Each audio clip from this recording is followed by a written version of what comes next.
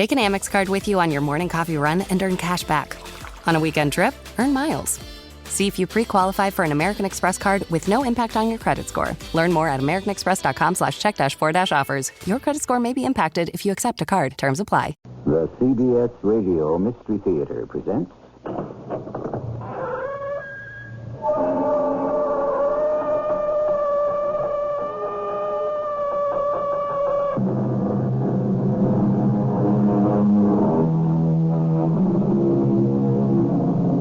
Come in. Welcome. I'm E.G. Marshall.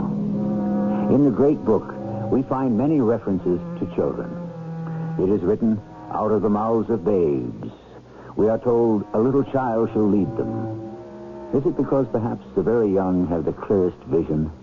Unspoiled and unschooled, they turn their eyes toward the truth, as indeed most of us did until we learned such grown-up words as prudence, discretion, and caution, and how to play such grown-up games as don't stick your neck out, don't make waves, don't rock the boat.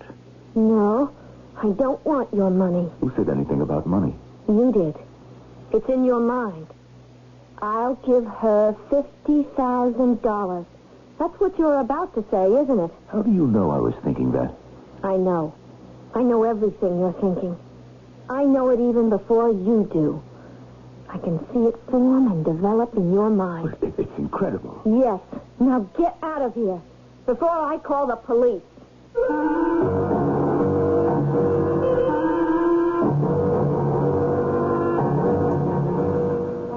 Our mystery drama, The Conversion Factor, was written especially for the Mystery Theater by Sam Dan and stars Norman Rose and Jada Rowland. It is sponsored in part by True Value Hardware Stores and ARM, Allergy Relief Medicine. I'll be back shortly with Act One.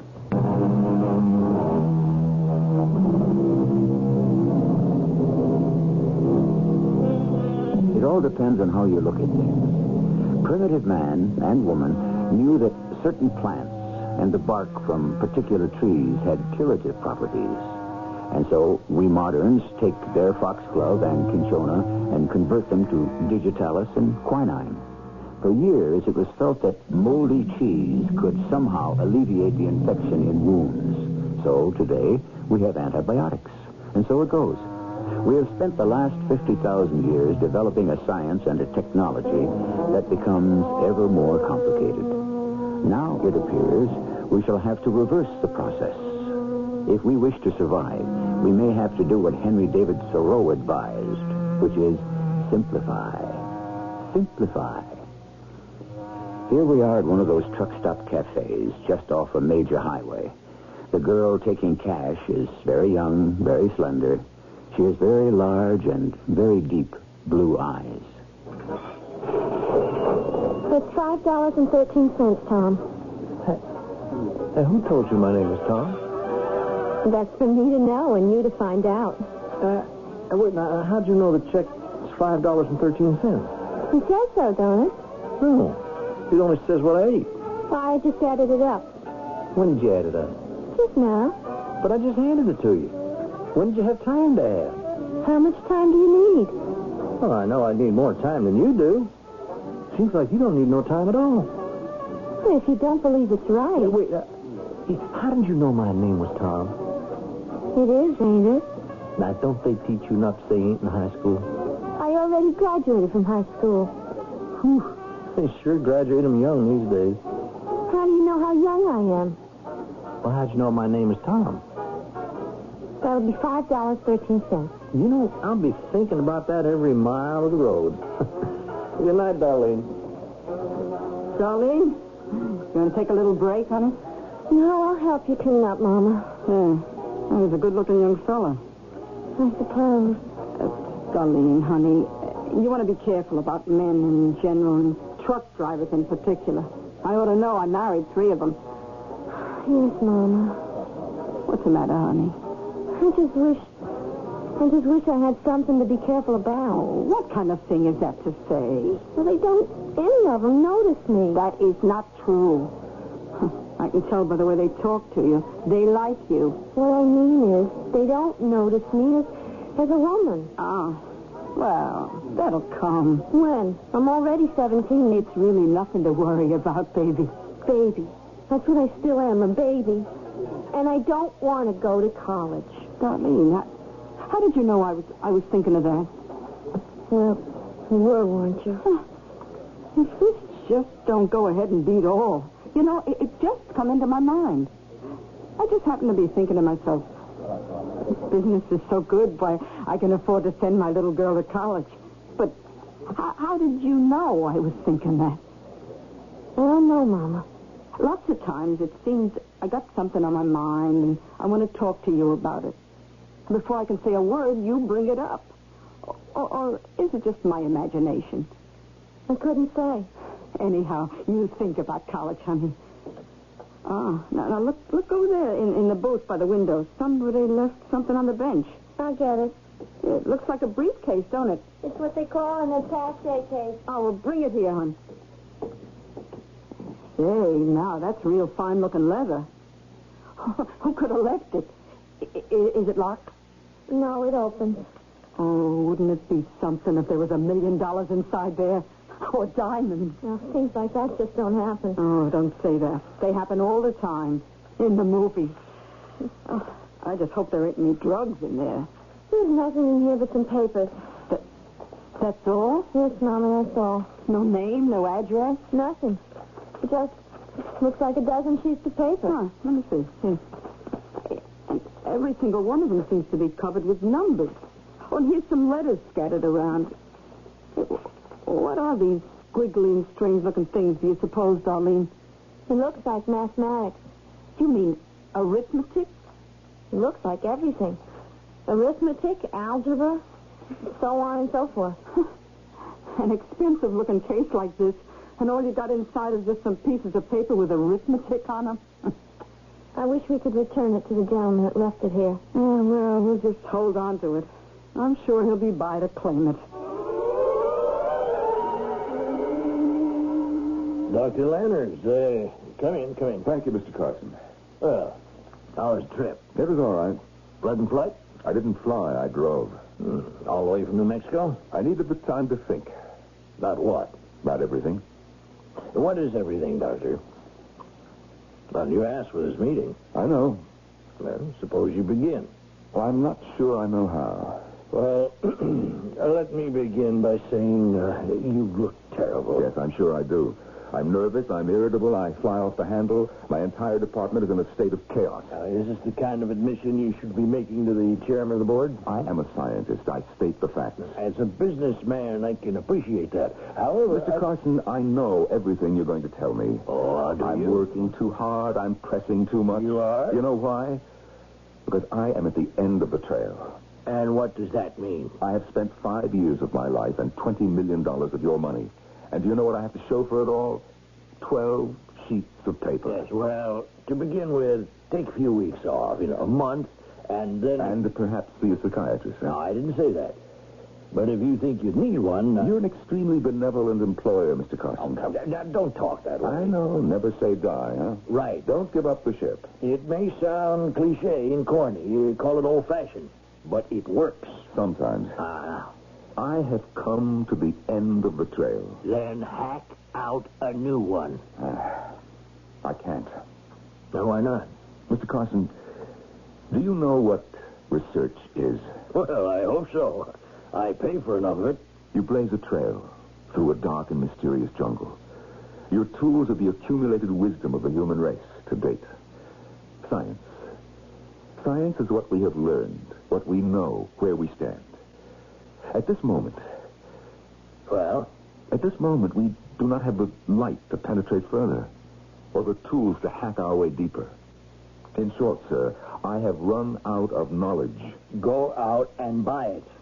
It doesn't exist. No, you can buy anything. Can you buy Albert Einstein? Mention someone who's alive. I don't know of anyone who's alive today who can do what Einstein did. When he came to the end of knowledge, he was able to go beyond it. How? You know how. He invented an entire new knowledge, a new mathematics. And that's what you need? Exactly. Well, there could be another Einstein out there, somewhere. Of course. But how do we find him? Until we do, and we may never, I've come here to tell you that the present research direction of the company has arrived at a dead end. I see. I came to prepare you. The board of directors will have to be informed. Yes. They will have to be told that Project 119 is still on the drawing board, still in its highly theoretical stages, and is likely to remain there indefinitely. That's the verdict, huh? Yes, sir. As you put it, that's the verdict. Man, we don't have to be hanged. Now, there's a way of presenting these things. It has to do with batting averages, percentages, risk factors. We can certainly survive it. We can even make it look like a positive gain. I am not concerned with that. I am, and you should be. Project 119 was something that I believed in. I should hope so. I spent the better part of my life working on things I hated. The bomb, for instance. You had a duty to your country. I understand. I know the arguments. I even agree. But the fact is, I was using my knowledge to create havoc, destruction. But Project 119, this was directed at life, not death. Doctor, why don't we go to lunch? I believe in Project 119, and it has been denied to me. It's a promised land, and I'm not being allowed to enter. Is it because I don't have clean hands? Doctor, listen to me. We can get you more time and more money, more resources. But I told you, that is not the problem. This isn't just a temporary setback. Well, then forget it for a while. Maybe you can come back with a fresh approach. Look, let me explain it to you. I have all my notes. Now, you are too close to it. Sometimes you just have to get away from the problem. I want you to understand. No. First, we'll have lunch. But this is more important than lunch. Oh, no, nothing is more important than lunch. But I eat very little. But there is discipline. A self-discipline, Doctor. One does not sacrifice oneself to one's job. Mr. Carson, you don't understand. But I do. You see, you miss lunch and then dinner, then anniversaries and birthdays. And before you know it, you're married to the job. It has become your wife, your children. And because you've given it so much, you expect it to give everything back. But it doesn't. You see, it can't. But this is not what I am talking about. It is. Now, for years, you've been living almost 24 hours a day, 7 days a week in the laboratory. Now, to what end? Now, for what purpose? Mr. Carson, just let me show you why... You have to learn to relax. Now, what would you like to eat? I have a fantastic chef in my dining room. Miss Brown, tell Pierre I'm having a guest for lunch. It's all here in my attaché case. Thank you. Well, now, Doctor... My attaché case. No, I bet you don't get very much exercise. My attaché case, I don't have it. It's gone. It's gone. Gone? I lost it. It had everything in it, and I lost it. How could I lose it? Where did I lose it? Where did he lose it? We could tell him, but it's a better story if he finds out for himself. Well, Mama fantasized for a moment. Suppose there was $1 million in that case, or maybe diamonds. It would take much more than $1 million and quite a few perfect diamonds to equal the value of those 12 pieces of paper. Even though there aren't 100 people in the whole world who would understand what they say. I'll be back shortly with Act 2.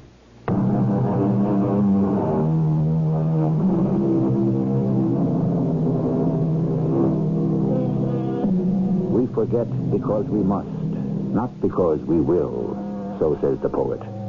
I'm afraid he's in conflict with the psychiatrist who insists that we forget because we want to. Yes, we forget the unpleasant, the painful, the inconvenient, and the intolerable. It is for one of these reasons that we have a story. Because it was for one of these reasons that a man forgot an attaché case in a roadside cafe. You lost your attaché case, Doctor? It's gone. It's gone, I tell you. All right. We have established that.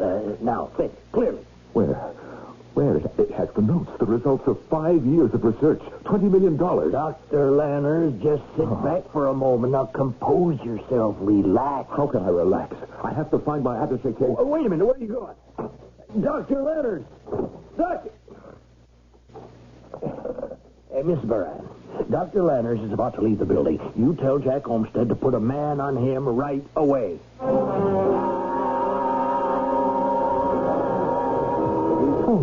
Well, now, Darlene, here's the check. $6.40 out of 10. Yeah, it beats me how you do that and so fast. Oh, wait a minute. You dropped something out of your wallet. Huh? What? Looks like a picture. It must have fallen down behind my stand here. I'll get it. Oh. Is she a friend of yours? It's my girl, Sarah Jean. You say she's pretty? Not particularly.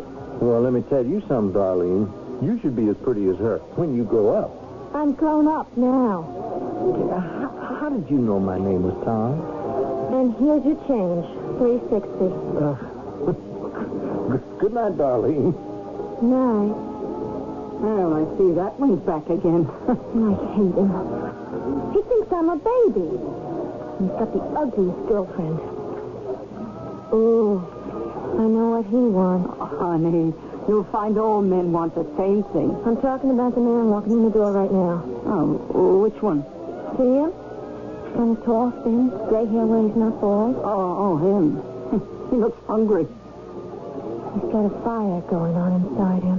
What are you saying? Oh no. Darlene, honey, what's wrong? He's burning me up. The flames are shooting in all directions. Mama, don't you feel it? Honey, you want me to call a doctor? No, I'll be all right. I told you. I know what he wants. That'll put the fire out. Mister, do you want to come over here? Darlene, you've got to tell me. It'll be all right. Your face is so flushed, you're all perspired. I'll be all right in just a minute. Miss, did you call me? Yes, everything is all right. Darlene, what's happened to you? Hey, you, mister. What have you done to my little girl? I haven't done anything. The minute she saw you, she... Mama, please. Here. This is what you're looking for. Oh, my attaché case. Oh, what a relief. Oh, yes. Yes, what a relief. Darlene, now you're so pale all of a sudden. I'm all right, Mama. Thank you, miss. Thank you so much. Madam, are you the manager, the owner? Yes, but I can't tell you how grateful, how indebted I am to you and to your daughter here. Oh, it's all right. Now, I would like to reward... Oh, no. Oh, please. It's all right. Even though you have plenty of money. I'll never forget you both. Thank you very much. Goodbye. Goodbye. Darlene, how did you know the man has plenty of money? I'm sure I don't know. I guess you could make that assumption from the kind of attaché case he has, but still... Honey, there are times you sure do scare me. He doesn't have a conversion factor. A what? A conversion factor. Now, what does that mean? I know what it means, but I can't explain it. Yeah, whatever it is, how do you know that gentleman doesn't have it? Because that's where it all stops. Yeah? Well, where what all stops? On the papers. Those papers in his attaché case. Oh, I give up. I guess you were a different child from the very beginning. Different? What do you mean by different? Different in what way? Well, I don't know. It's the way you can do that arithmetic. All the numbers in your head. And how there are times when you know exactly what a person is thinking. And it's true. I'm different. I'm not like other girls. Oh, yes, you are. You are. You just said I was different. Well, I didn't mean it that way. In any way that might be bad or peculiar. Maybe that's why I don't have a boyfriend. Oh, honey. Mom, I don't want to be different. Everything will be all right. You don't really mean that. I do, child, I do. Then why are you saying to yourself, good Lord, I'm scared. Why is my daughter so different?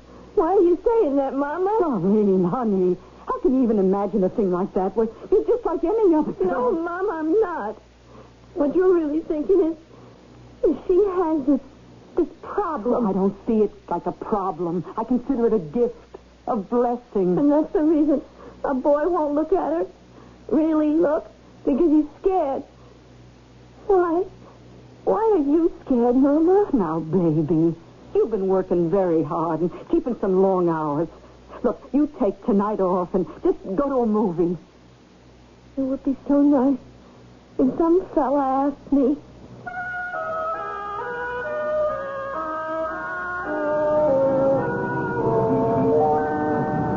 Hello. Remember me? Yeah. You're the gentleman with the attaché case. I've been looking for you. Oh? Why? You know why. No. No, I don't. Do you deny that you have ESP? Honey, even know what that means. Extrasensory perception. Let us say the ability to read someone's thoughts. Oh, You do have it to a degree. I may have it, but I don't like it. Why not? Because it gives you a headache. Sometimes it makes me feel like I'm burning up inside. I see. Look, we can't talk here.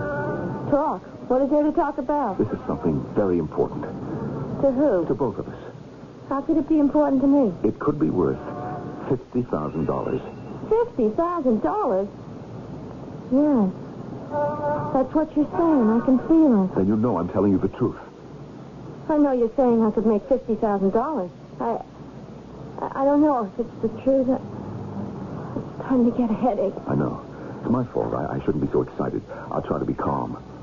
You want me to do something? Yes. And for that, you'll get $50,000. What is there that I could do that would be worth $50,000 to anybody? Well, it's something you know. I know something that's worth all that money? Mister, excuse me saying so, but you're crazy. Darlene, listen to me. No.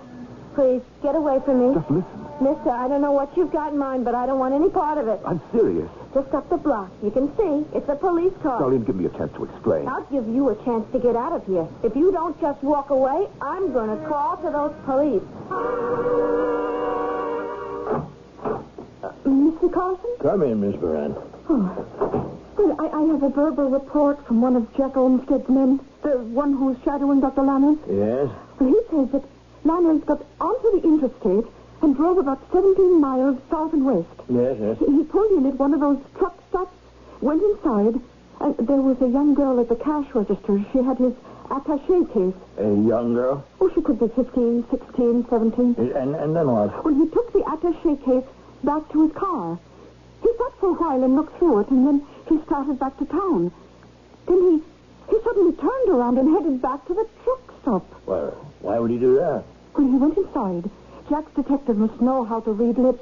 Lanners asked the girl's mother, who was at the register for the girl. She told him her daughter had gone to a movie in Charlesburg. Well, that's where Dr. Lanners headed.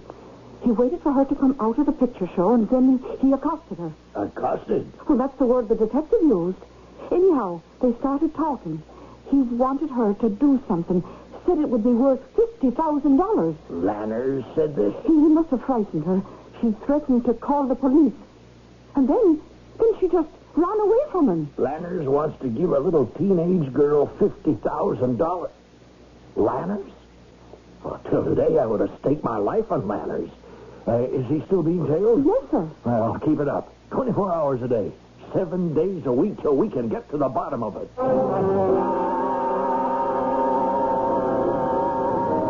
Darlene, I want to talk to you. I know you do. You know why? Yes. It's about that thing you have that always lets you know what someone's thinking. It isn't always, Mama. It's only when somebody's very excited and terribly nervous I can feel something. And I don't like it. That gentleman, you know the one. Yes. Well, he wants to give you $50,000. Please, Mama. I'm scared. It won't do any harm to talk to him. Just talk. I don't want to. Honey, he's a highly respectable person. He's a doctor. I don't care. He's not one of them medical doctors, one of them science doctors. Here's his card. Here, see? Frederick Lanners, Ph.D., Chief of Research, Universal Industries. Please, Mama. Universal Industries. Where they make this cash register, the refrigerator, the oven in the kitchen. Even that dress you're wearing, a million things. I'm not interested, Mama. I want to be in love. I want to have a boyfriend. I want to be like other girls. Baby, you're not like other girls. You mean I'm different? You're better. How am I better? But, for instance, this thing you got inside you that lets you know what other people are thinking, that makes your brain work so fast. Please, Mama. Your Aunt Madeline. The crazy one. No, she wasn't crazy. She was. When she was a girl, they said she was crazy. No, honey. No, she was my little sister. I ought to know. You're like your Aunt Madeline. She always knew what folks were thinking. She had this marvelous thing in her head, just like yours. It isn't marvelous. Not if it makes me different. And then one day, it disappeared. This thing she had in her head, this marvelous thing, it just disappeared. It went away. How? She figured it out. Later she told me it was because she fell in love. Love? Yes, real love. What you've got in your head is very strong. There isn't room for both things inside you. That's what Madeline told me. When love came into her being, the other thing, I guess, was driven out. I'd rather be in love. Well, at least have the courtesy to find out what he wants. I'm here only because Mama insisted. Darlene, why do you resist the idea of becoming rich? This $50,000 is only the beginning. Don't get angry. When people get angry, it gives me a headache. Don't you want to make this world a better place to live in? What kind of question is that? Doesn't everybody? No, not everybody, but that's not the point. The fact is, you do. Darlene, I don't even know how to explain it, and I'm guessing, but the fact is, you know how to change the way we're all going to live. Why do you say that? Well, here in my attaché case, all my notes. You opened this case, didn't you? Well, I thought I could find a name to tell me who owned it. It's all right. But then you examined the papers, didn't you? I looked at them, yes. And Darlene, you understand what's written in here, don't you? Yeah. The math, the physics, the levels. Oh, Darlene, it's incredible. How? Where did you learn? Learn? I guess I always knew. Look at the bottom of the last sheet of paper. You made this notation, didn't you? Just something you scribbled down. I don't remember. You wrote these 3 words. No conversion factor. Like I said, I don't remember. No conversion factor. Darlene, what does it mean? What does it mean? Please, you're giving me a headache. Tell me. You must tell me. My head. Tell me. No, go away. Tell me or I'll... Let me alone. Let me alone.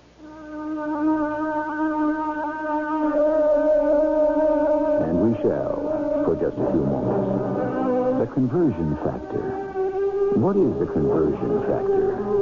And what about this teenager who seems to be as familiar with physics as her contemporaries might be with rock stars? And what about this internationally acclaimed scientist who is begging her for guidance? We have considerable ground to cover in Act 3.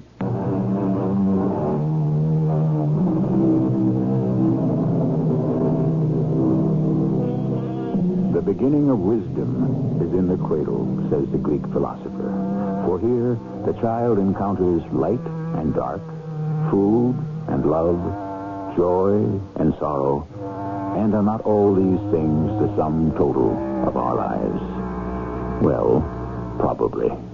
But the question is not really where does wisdom begin, but where does wisdom end, and why? Let me alone. I will.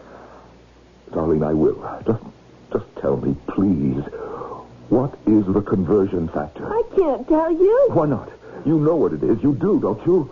Yeah? Well, then tell me, please. I don't know how to explain it. All right, do you know why I'm asking?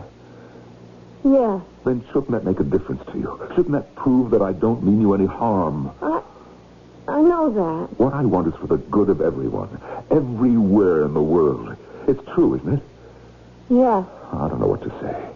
We scientists, we have a theory, and we express it in mathematics and physics and chemistry, create a formula to build a machine or a device, but, well, this is different. I know. You, Darlene, you are the personification of my theory. You, a human being.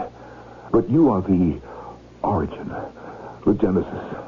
I really wish you would leave me alone. Darlene, this world, it's overworked. It's overtired. And do you know why? Don't shout. You see, we have forgotten the genesis. Do you know what that is? No. It's the sun. I still can't tell you why. The conversion factor, Darlene. Try to explain it, can't you? I told you. I keep telling you. I don't know how. You understand everything that is written in my papers. How? I just do, that's all. Tell me how. Maybe I don't understand it. But you just said that I feel it. What? You feel it? Look, when you feel warm, how do you explain warm? How do you explain cold? If you were blind, how could I explain to you what a color was? How could I make you see it? Try somehow to explain the conversion factor. The conversion factor. Begin by telling me, where did you get the name? I don't know. You made it up, didn't you? Well, you see, you have to make a conversion. Do you understand? But what do you convert? You have to look at things as conversion factors. Well, tell me which things. Any kind of things. You feel thirsty, okay? You don't want to feel thirsty. So, how do you get from feeling thirsty to not feeling thirsty? You drink a glass of water. Yeah. So, water is a conversion factor. What does this have to do with my notes, with what I'm working on? But there's a pile. Well, it's a source? Yeah. Yeah, of energy. It exists, but it's locked up. It isn't working for you. Yes. And now you need that conversion factor. But where do I find it? Where? Yes, where? How? How do I express it in a formula? You can't. Oh, Darlene, you must help me. I guess you said it yourself. Just before, you said I was the personification, the genesis. I guess it's all a way of saying that I'm a conversion factor myself. Of course. I know, but how do you do it? I have to keep telling you. I don't know. I just don't know. But inside you is the secret. I don't like the sound of that. Darlene, it's true. And there's something skirting around the edge of your brain. No. Oh, no, it was just a stupid, inane, impossible idea. It was very strong. That's why I felt it. You can't help those crazy things that slip through your mind sometimes. You wanted to kill me? No. After all, what happened when they killed the goose that laid the golden eggs?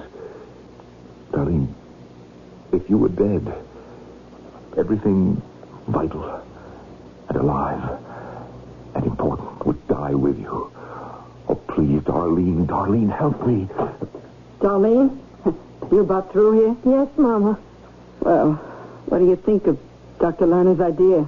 I don't know yet. I can get $50,000 from my company. You hear that? It will be deposited to your account.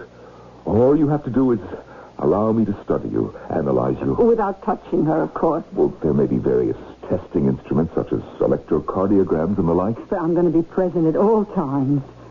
Darlene, what do you say? Now, honey, what can you lose?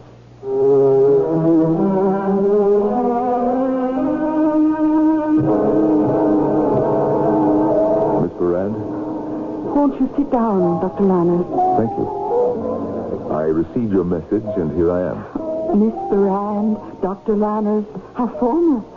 And yet I know you so very well. Do you? Miss Ferrand, may I ask the purpose of... You could be in trouble, Dr. Lerner. The kind of trouble you cannot hope to surmount. What's between you and this little teenage girl? What are you saying? Detectives are watching your every move. Oh, no. Is that what it looks like? Well, what's your story? Miss Ferrand, what do you know about Project 119? I know we are trying to create a system which will use the sun as the sole source of energy. Yes, and? Not just mechanical and technical energy for all heat and power and fuel, but I guess you could say personal energy. That's right. But we're stuck. You're stuck. You know everything about this energy except how to unleash it and control it. Not anymore. You see, I know the next step. But you told Mr. Carson you'd come to the end. The next step is this teenage girl, this Darlene. What are you trying to tell me? She is one of those people who have already done it. She's doing it. In a primitive, elementary way, but she's doing it. She has taken the next step. Well, then she must be brilliant. She must have a superior intelligence. No, she's just an ordinary, run-of-the-mill teenage girl who moons over whoever the latest rock and roll star happens to be. Well, then how could she possibly... Listen to me. Do you think evolution is a matter of intelligence? Sometimes it's instinct, an accident, a random coming together of a certain pattern of genes. But look at what she knows how to do. She doesn't know how to do it. She just does it. Does a green plant know it must turn toward the sun? No. It does it. And so does she. Without thinking, without knowing how, she uses her mind as a computer, a transmitter. So far, she can't direct energy into physical channels, but that will come. But what can you do with her? She is a conversion factor, which is what all of us will one day become. Now, right now, we have to study her, analyze her. Is she willing? And her mother is willing. It will cost $50,000. That's no problem. I'll need the check tomorrow morning. You'll have it.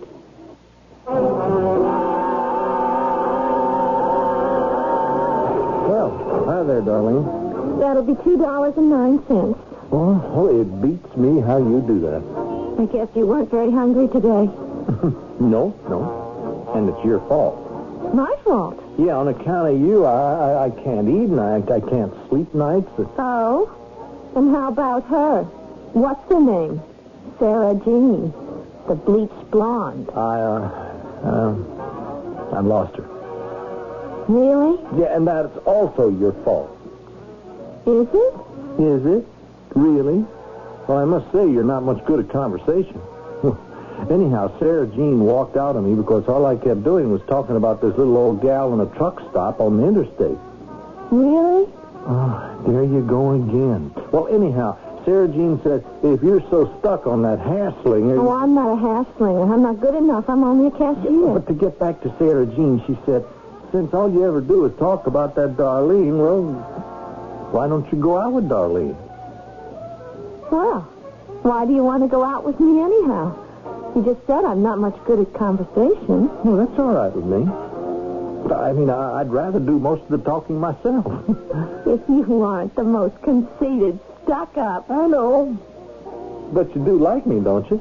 Say, could you excuse us, Tom? Oh, why? Well, sure, Miss Wilson. Well, I got to be rolling along anyhow.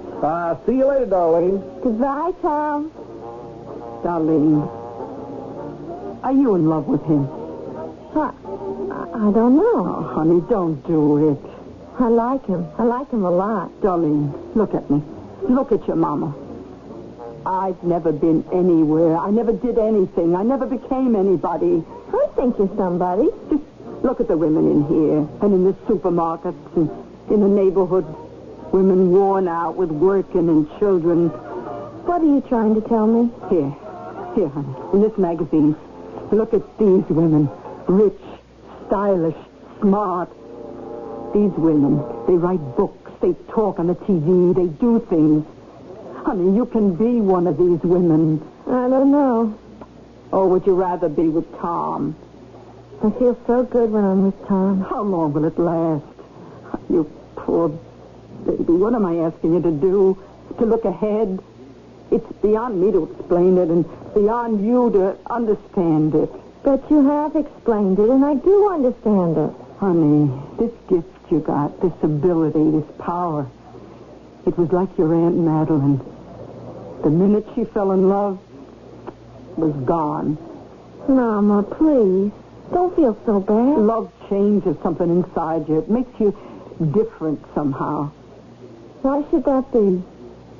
The inside of a person, his heart, his mind, his soul, is a mystery. Why some of us are made one way and others another, who can figure it out? Oh, honey, we've had enough poor women in this family. You be rich. You be famous. Mama? How do you know if you're in love? Oh, well, you feel good. Yeah. You feel warm and happy. Oh, Mama. And you just glow and tingle all over. Oh, what a beautiful world it is. Then I'm in love. I feel so different. So wonderful. Honey, think what you're giving up. I'm in love. I'm somebody new. Somebody else. Darlene, oh my goodness, here comes Dr. Lanners and another gentleman. Mr. Carsons, this is Darlene and her mother. Ladies, may I present Mr. Carsons, chairman of the board of Universal Industries? Well, I'm so happy to meet you both. Darlene, you are about to become one of the most important human beings in the world. But, of course, you already knew that thought was in my mind. No. No, sir, I didn't. But I thought you had ESP. I guess I did. But now, I don't seem to have it anymore. Doctor, you told me... Darlene, what are you saying? You're a conversion factor. No, sir, not anymore. Darlene, look at me. I'm excited, upset. Doesn't that give you a headache? Not anymore. I'm sorry. I can't help. Not now. Doctor, what is happening here? What's happened to Darlene? She's not the same girl. No, I guess she's not. Excuse me, please. I have to tell him something. Tom! Wait a minute. What's happened to her? Just look out the window, huh? You see that young fella? He's what's happened to her. Would you mind explaining? That is, if you really know how to. Gentlemen, there was this marvelous gift she had. She had? And there was love. She couldn't accommodate both of them. She had to choose. Well, you just saw which one she picked. As a position, a wealth, a power. She gave it all up? Just for love? Yeah, I guess you could put it that way. Now, why would she want to do a thing like that?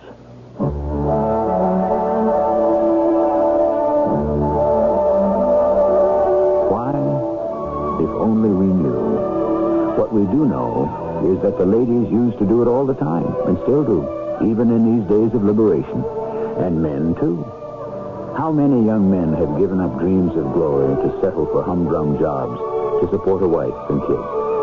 They say love is blind, but love also blinds. I shall return shortly.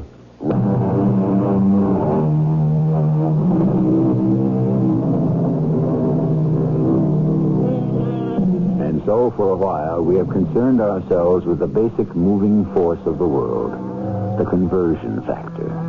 It's what makes the world turn, or churn, for better or worse. And as you have seen, anyone in the proper place at the right time becomes a conversion factor. In our story, it was a young truck driver named Tom who happened to smile at a girl behind a cash register.